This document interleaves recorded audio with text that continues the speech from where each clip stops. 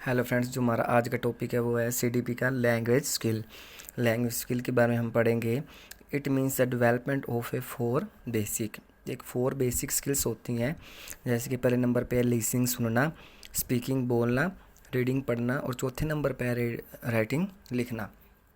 ये चार basic skill होती है लैंग्वेज स्किल की। देन इसके बारे में हम कुछ पढ़ेंगे। Listening, semantic aspect of a language. Semantic का मतलब होता है मीनिंगफुल।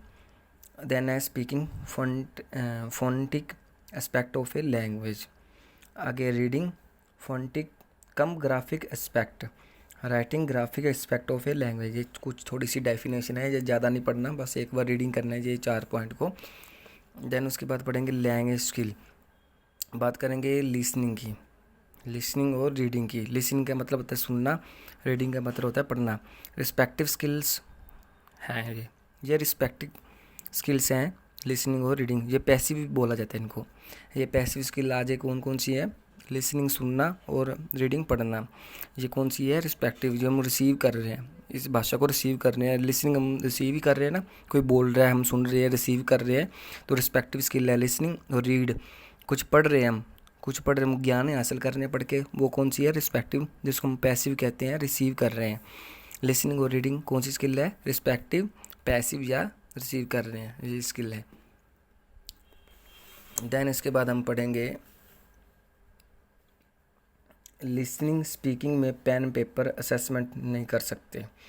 देखो, जो सुनने में और बोलने में ओरल पेपर लेते हैं हम, उसमें पेन और पेपर नहीं यूज़ कर सकते, क्योंकि ओरल ही होता है, लिसनिंग और स्पीकिंग होता है। देन इसके बाद पढ़ेंगे स्पीकिंग और राइटिंग। ये एक्टिव स्किल होती हैं, प्रोडक्टिव स्किल होती है। हम किसी चीज़ को प्रोडक्ट करते हैं, स्पीकिंग बोल रहे हैं, बोल रहे हैं तो प्रोडक्ट ही कर रहे हैं कुछ। राइटिंग, हम कुछ प्रोडक्ट कर रहे हैं, लिख कर अपना कुछ व्यू दे रहे हैं, तो ये एक्टिव स्किल होती है, क्योंकि एक्टिव से हम बोल रहे हैं, हमारा दिमाग चल रहा है, और लिख रहे हैं तो हमारा दिमाग चल रहा है क्या लिखना है। जो ये एक्टिव स्किल होती है और प्रोडक्टिव स्किल होती है, ये एक्सप्रेसिव स्किल्स होती है, एक्सप्रेसिव स्किल होती है। देन ये सीक्वेंस के अनुसार होती हैं। Listening, speaking, reading, writing. पहले बच्चे को सुनना आएगा, ये पूछ लेते हैं, ये देख के कि पहले क्या आएगा, ये हमेशा याद रखना, ये सीक्वेंस के अनुसार ही याद करना। पहले लिसनिंग बच्चा करेगा, सुनेगा, फिर बोलेगा, फिर पढ़ेगा, फिर लिखेगा।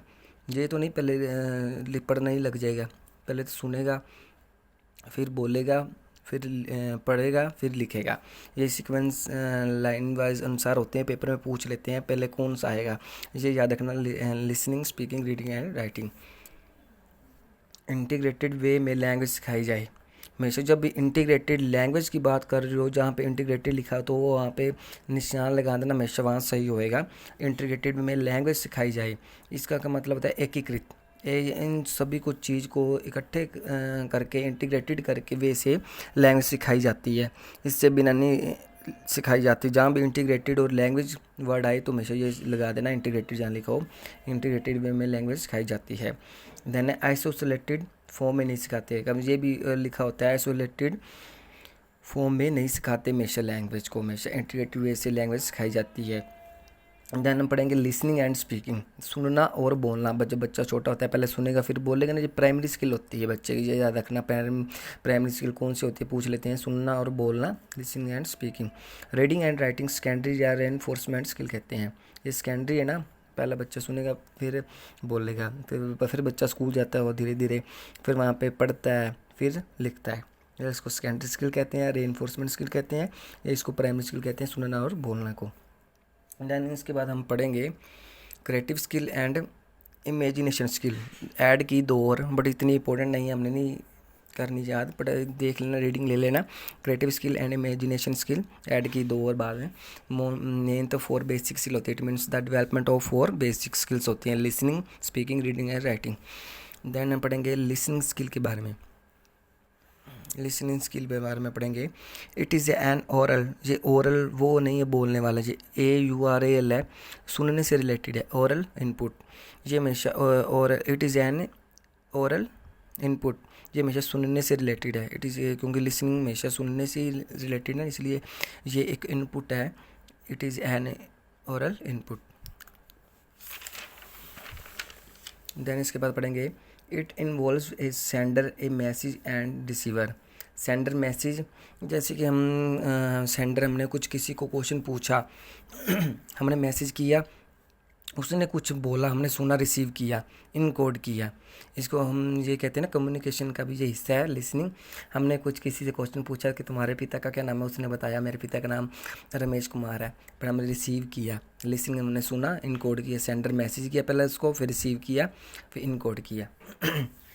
देन पढ़ेंगे speech rhythm, pronunciation etcetera are learned by listening appropriative models. देखो जी, जो खुद सही प्रोनाउन करते हैं, प्रोनाउंसिएशन जिसकी खुद टीचर की खुद की सही होगी तो ही बच्चे को ठीक सिखा पाएंगे। अगर जो शब्द है वो उच्चारण सही तरह से करेगा टीचर, तभी बच्चे उसके पीछे पीछे बोलेंगे, वैसे ही सही उच्चारण करेंगे। इसलिए हमेशा पहला काम होता है स्पीच रिदम, प्रोनाउंसिएशन जो टीचर की अच्छी होनी चाहिए। जैसा टीचर बोलेगा बच्चे वैसा सीखेंगे, बच्चे भी वैसा बोलेंगे। देन उसके बाद है मीनिंग मेकिंग। देखो जी, जब कोई टीचर क्लास में बोले और उसके पीछे अर्थ होता है, उससे मीनिंग मेकिंग कहते हैं। जैसे टीचर कोई क्लास में कुछ बोले, कहते हैं ना ये आज तुमने इतना काम करना ही करना है, तो ये क्यों कह रहा है? छोटे छोटे बच्चे इतना काम भी नहीं कर सकते, क्योंकि उनको हेड राइटिंग करानी है, कुछ भी उनको एबिलिटी बनाने के लिए टीचर को काम करना पड़ता है, उसके पीछे कुछ अर्थ होता है। जब कोई टीचर क्लास में बोले उसके पीछे अर्थ होता है, उसे मीनिंग कहते हैं, मीनिंग मेकिंग कहते हैं। आ गया डिकोडिंग। जब टीचर ने कुछ बोला, बच्चे ने अपने हिसाब से उसको समझा। जैसे टीचर बोल देता है बच्चों लिखो टू, तो टू कैसे पहनता है, ये ऐसे, और बच्चा ऐसे लिख दे टू, बच्चा ऐसे लिख दे, उसने अपने हिसाब से ये टू लिख दिया, पर टू टीचर ने ये बोला था। जब टीचर ने कुछ बोला, बच्चे ने अपने हिसाब से उसको समझा,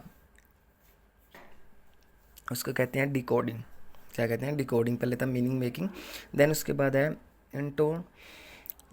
इंटोनेशन। अपनी आवाज़ कभी अप कभी डाउन होती है, उसके मीनिंग में भी चेंजिंग आ जाती है। देखो बच्चे जब टीचर बोलते हैं जैसे ई ऐसे बोलते हैं, तो इंटोनेशन, जब हमारी आवाज़ अप डाउन होगी तो उसका मीनिंग भी चेंज हो जाता है।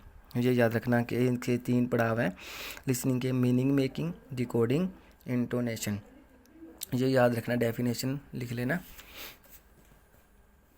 देन उसके बाद है टाइप्स ऑफ लिसनिंग। ये टाइप्स कौन कौन सी है, ये याद रखना। टाइप्स कौन सी है लिसनिंग की? एक्टिव लिसनिंग, जब टीचर और स्टूडेंट की आइज़ के साथ आइज़ मिले। जब एक टीचर कुछ समझा रहा है, मैथ का समझा रहा है, और बच्चा भी आइज़ के साथ कॉन्टैक्ट करे और समझ ध्यान से, उसको क्या कहते हैं? एक्टिव होके सुने बच्चा, ये नहीं है ध्यान कहीं और, टीचर बोली जा रहा है।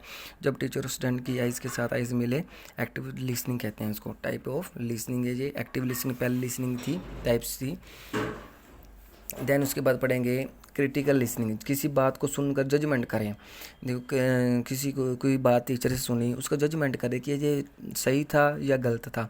जब जो कोई चीज़ सुने, उस सुनी हुई चीज़ का क्रिटिसाइज करे, मान लो उसका जजमेंट करे। क्रिटिकल लिसनिंग, किसी बात को सुनकर जजमेंट करे, उसको क्या कहते हैं? Critical listening. आगे है लिसनिंग कंप्रेहेंशन, जो आदमी बोल रहा है उसकी बात को बड़े ध्यान से समझ रहे हैं। कोई टीचर कुछ कहानी सुना रहा है, बच्चे उसको बड़े ध्यान से समझ रहे हैं, उसको कहते हैं लिसनिंग कंप्रीहेंशन। आगे है ग्लोबल लिसनिंग, बच्चे के बॉडी पोस्चर से टीचर ने जो जजमेंट करनी हो। जब बच्चे के बॉडी पोस्चर उसके हाव भाव में, बच्चा कैसे, अगर बच्चा मान लो झूठ बोलता है ना, तो बच्चे का पसीना आ जाता है, तुतला के बोलेगा। इसलिए ग्लोबल लिसनिंग भी होती है। बच्चा अगर मान लो टीचर ने कुछ क्वेश्चन पूछा, बच्चा कहेगा नहीं जी मैंने किया था याद, झूठ बोलेगा। बट जो जैसे झूठ बोलेगा ना, उसके फेस से, उसके हाव भाव से, उसके बॉडी पोस्चर से टीचर पता लगा लेगा ये झूठ बोल रहा है या सच बोल रहा है। ग्लोबल लिसनिंग कहते हैं इसको। देन उसके बाद है पिक्चर डिक्टेशन, किसी वस्तु को देखकर बच्चा कॉन्सेप्ट तैयार करने लग जाता है। जब एग्जाम्पल के लिए टीचर ने एक मॉडल दिखा दिया, ये सूर्य, ये धरती एक घूम रही है, उसके बच्चा दिमाग में लगाएगा ऐसी धरती है, वो सूर्य चमक रहा है, ऐसा होता है ये।